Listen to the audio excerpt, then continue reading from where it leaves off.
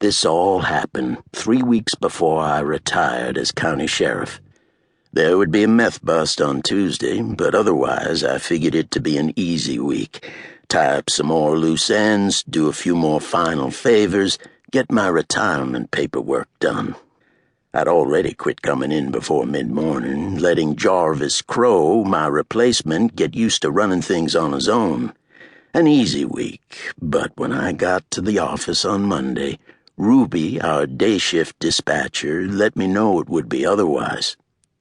"C.J. Gant called a few minutes ago, Sheriff. He's coming to see you. It's important," he said.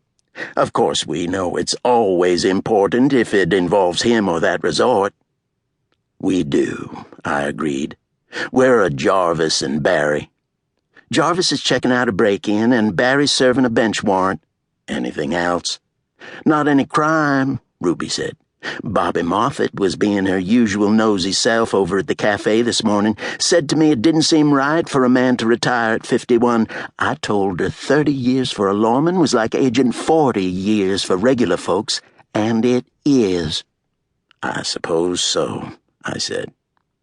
"I'm closing my door so I can try to figure out how to download these damn retirement forms."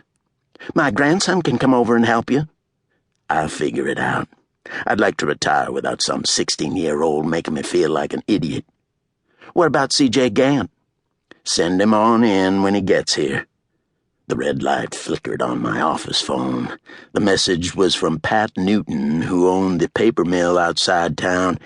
He had offered me a part-time night watchman job, 2 12-hour shifts, one on Saturday and one on Sunday, starting next month. "I need an answer by next week, Les," Pat's voice said. Clearing out my office. That was something else I needed to do, though that would be mainly filling trash cans, shredding old files. All I'd take with me would be some books off the shelf, a few things stashed in my desk, and the 3 paintings on the wall. 2 framed watercolors I'd done, each with a ribbon proclaiming Best in County, and the print of Edward Hopper's freight car at Truro. "Even Hopper's boxcars are alone." That was the first thing Becky had said when she'd entered my office 2 years ago. Not how most people would start a conversation, but as soon as Becky said it, I saw it too. The freight car hitched to no other. Not a single shadow other than its own. The sky empty. "Yes, it seems so," I'd answered that morning, our first exchange like passwords in a Masonic ritual. I checked my emails from Becky, the first from last night. "I wish you could have seen the black-eyed Susans. They were transcendent, Les. Maybe another time you can go. There's something else, but it's not good.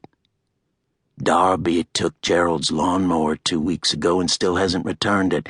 Can you help get it back?"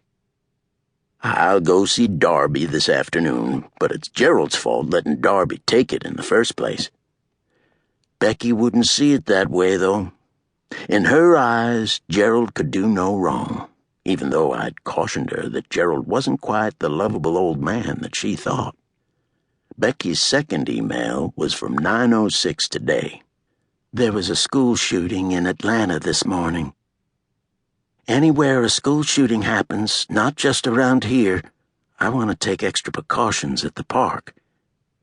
Becky had told me that during her first office visit. By then, I'd heard the scuttlebutt around town that Locust Creek Park's new superintendent was a bit queer, as the older folks put it, that she didn't own her own vehicle, just a bike, and no TV or phone. Not easy to talk to either, people said. Some claiming Becky was autistic. "I'm not autistic," she'd told me later. "I just spent a lot of my life trying to be."